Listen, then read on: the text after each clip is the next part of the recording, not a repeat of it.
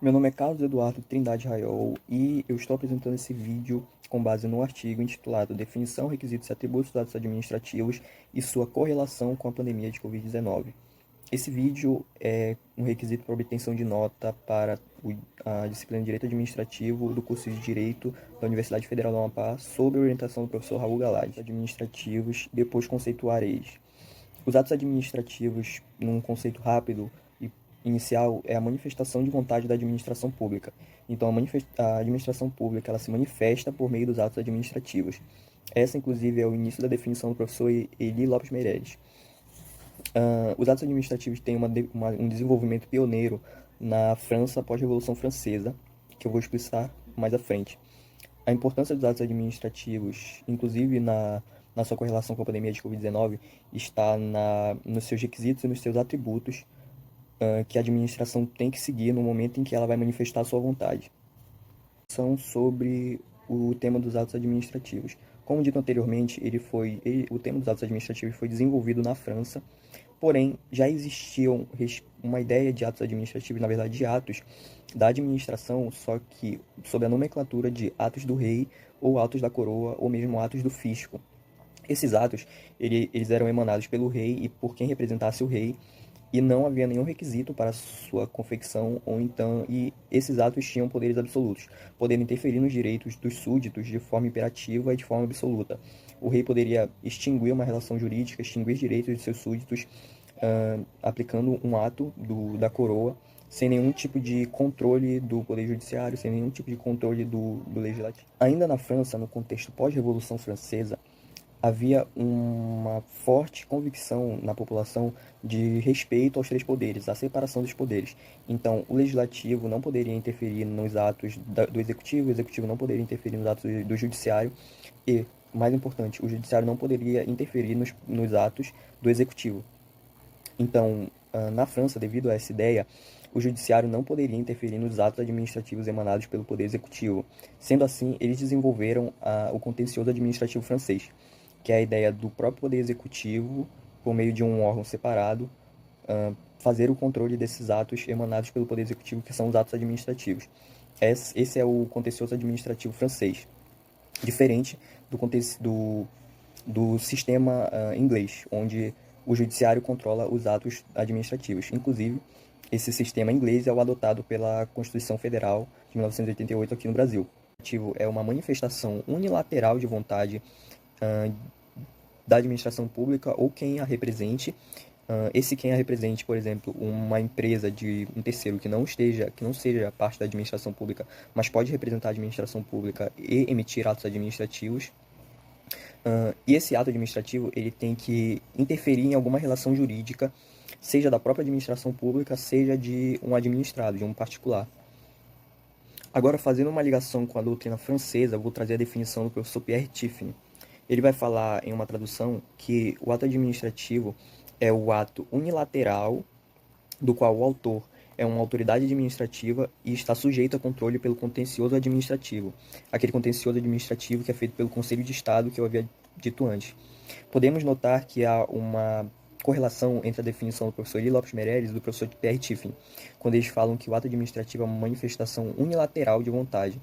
Essa manifestação unilateral é para distinguir o ato administrativo do contrato, em que há uma relação bilateral, onde há duas vontades se convergindo para fazer um negócio, enquanto o ato administrativo é unilateral. Então, é uma imposição da administração pública. A administração pública ela vai simplesmente emanar o seu ato de forma unilateral. É importante destacar também na definição que o ato administrativo ele deve estar pautado na lei pela ideia de Estado de Direito. Como havia dito antes, o ato do rei, por exemplo, ele era uma manifestação com todos os poderes do rei, sem nenhum controle legal. Hoje, com o Estado de Direito, há o controle legal e o ato administrativo ele deve estar pautado na lei. Ele deve obedecer os requisitos e deve obedecer às limitações, que são os atributos colocados em lei. Isso tanto no ordenamento jurídico brasileiro quanto no ordenamento jurídico francês, onde foi desenvolvida essa ideia. Agora, trazendo as partes que vão convergir nas diversas definições, seja dos doutrinadores brasileiros ou dos doutrinadores franceses que nós encontramos ao longo da pesquisa, as partes que vão convergir das definições deles é que o ato administrativo ele tem que ser uma emanação de vontade da administração pública ou de quem a represente.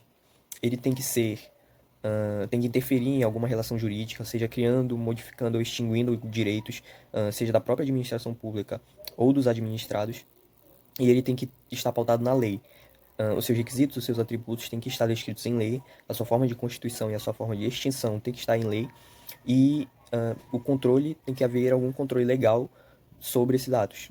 Aí a diferença é que na França, esse controle é feito pelo contencioso administrativo francês, e nos sistemas e nos países que adotam o sistema inglês, é feito pelo Poder Judiciário.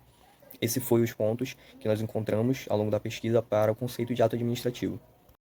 Olá, meu nome é Pedro Henrique, sou acadêmico do curso de Bacharelado em Direito da Universidade Federal do Amapá e estou apresentando o trabalho sobre definição, requisitos e atributos dos atos administrativos na matéria de Direito Administrativo 1, sob orientação do professor Raul Galati. Em relação aos atos administrativos, nós identificamos dois princípios norteadores, quais sejam o da motivação e o da finalidade, os quais estão identificados no artigo 2º, parágrafo único, a linha D e E da Lei 4.717, que regula. A linha D diz que a inexistência dos motivos se verifica quando a matéria de fato ou de direito em que se fundamenta o ato é materialmente inexistente ou juridicamente inadequada ao resultado obtido. Já a linha E diz que o desvio de finalidade se verifica quando a gente pratica o ato visando o fim diverso daquele previsto, explícita ou implicitamente, na regra de competência. Nesse sentido, nós entendemos que o princípio da motivação induz o agente a sempre justificar os atos praticados por ele, tendo que justificar os motivos de fato e de direito que ensejam a feitura do ato administrativo. Dessa forma, é possível fazer uma relação com os atos que eram praticados pelo rei durante o período absolutista, os quais não teriam que ter nenhum tipo de motivação, já que bastaria a simples vontade do monarca. Sendo assim, quando passou para o Estado de Direito, ou seja, para o Estado praticar os seus atos em conformidade com a lei, esses atos passaram a ser motivados. Da mesma forma, as sentenças do Poder Judiciário também devem ser motivadas, segundo o artigo 93, inciso 9 da Constituição Federal. Da mesma forma, por força do artigo 93, inciso 9 da Constituição Federal, as sentenças do Poder Judiciário também devem ser motivadas, uma vez que estão contestando o ato administrativo, elas devem ser motivadas, essas decisões, sob pena de nulidade, assim como os atos administrativos que estão sendo contestados também devem ser motivados.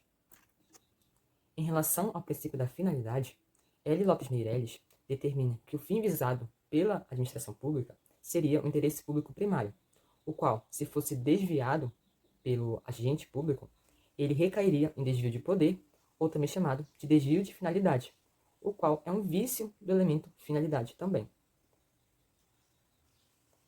Dessa forma, é possível estabelecer uma relação entre os requisitos e atributos do ato administrativo, sem os quais o ato não terá validade ou mesmo existência.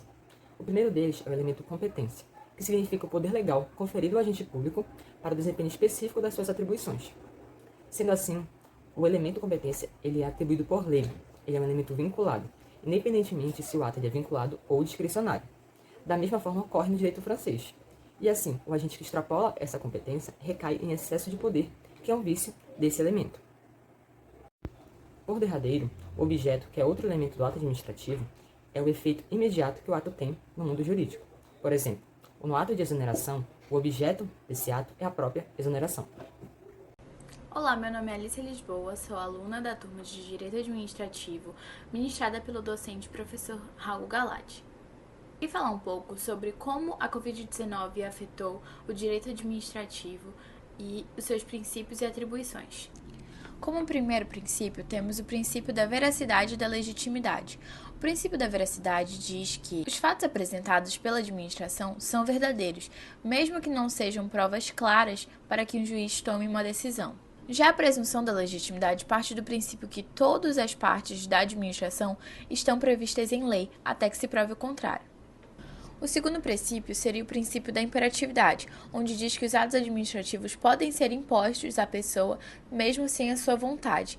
Esse é um dos conceitos dado pelo doutrinador Eli Lopes Meireles. Porém, nem todos os atos têm esses atributos, como os atos enunciativos e negociais. Esses vão depender do interesse particular para que sejam produzidos efeitos. O terceiro princípio, temos o princípio da autoexecutoriedade. Esse tributo confere à administração a capacidade de executar diretamente os seus princípios, sem precisar recorrer ao judiciário. Essa prerrogativa serve para garantir a eficiência e a supremacia do interesse público. A súmula 473 do STJ reforça esse ponto, permitindo que a administração anule ou revogue sem que o judiciário seja consultado. Como último atributo, temos a tipicidade.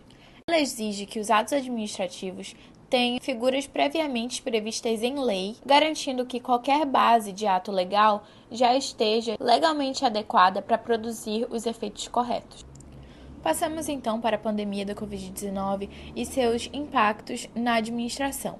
Essa pandemia mostrou como os interesses públicos e os direitos públicos devem agir rapidamente para que ações sejam tomadas a fim de proteger, no caso da pandemia 19, principalmente a vida e a saúde. Passando agora para os impactos da pandemia do Covid-19 na administração, nós podemos ver como essa pandemia teve grande impacto e mostrou como os poderes públicos devem ser rápidos no momento em que a vida, a saúde, os direitos básicos estão sendo violados de uma maneira natural. Algumas medidas foram tomadas, como a Lei 13.979 de 2020, onde buscava trazer mais discricionalidade para a contratação de pessoas na administração pública para que essa crise fosse enfrentada de maneira mais rápida. A medida 928, criada em 2020 como medida provisória, foi muito importante no combate à Covid.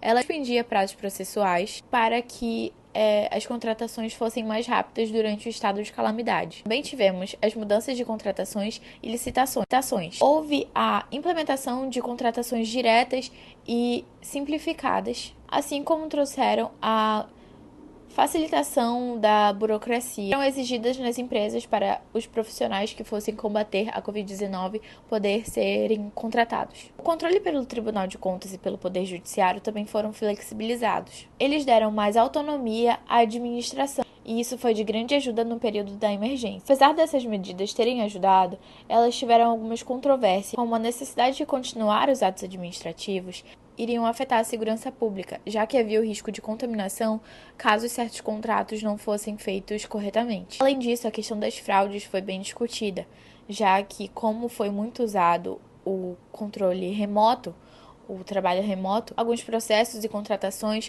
poderiam ter sido ameaçados. Assim quanto ao artigo, podemos ver que a pandemia causou grande impacto na administração, porque ela teve que ser mais flexibilizada e teve que ser transformada em um método menos burocrático para que as coisas pudessem andar rapidamente nesse momento de calamidade que estavam. Os atributos dos atos administrativos que foram citados continuaram sendo muito importantes para que as coisas não perdessem a sua segurança, para que a segurança jurídica não fosse afetada. No entanto, essas mudanças emergenciais que tiveram que ser feitas ajudaram no sentido de que as fraudes puderam ser melhor controladas, pois havia essa necessidade de mudar e de adaptar para o âmbito que estávamos vivendo, na maneira remota. Podemos ver que esse tema realmente trouxe uma grande importância no âmbito da mudança da administração pública, onde a vida e a saúde estavam a todo momento sendo ameaçadas. Os princípios constitucionais deveriam ainda estar atrelados à Constituição para que pudéssemos nos proteger e enfrentar aquele estado de calamidade. Isso nos mostra que garantir a transparência, a legalidade e a segurança jurídica são desafios que devem ser enfrentados de maneira constante, e esses desafios exigem uma atuação equilibrada entre o poder público e a sociedade.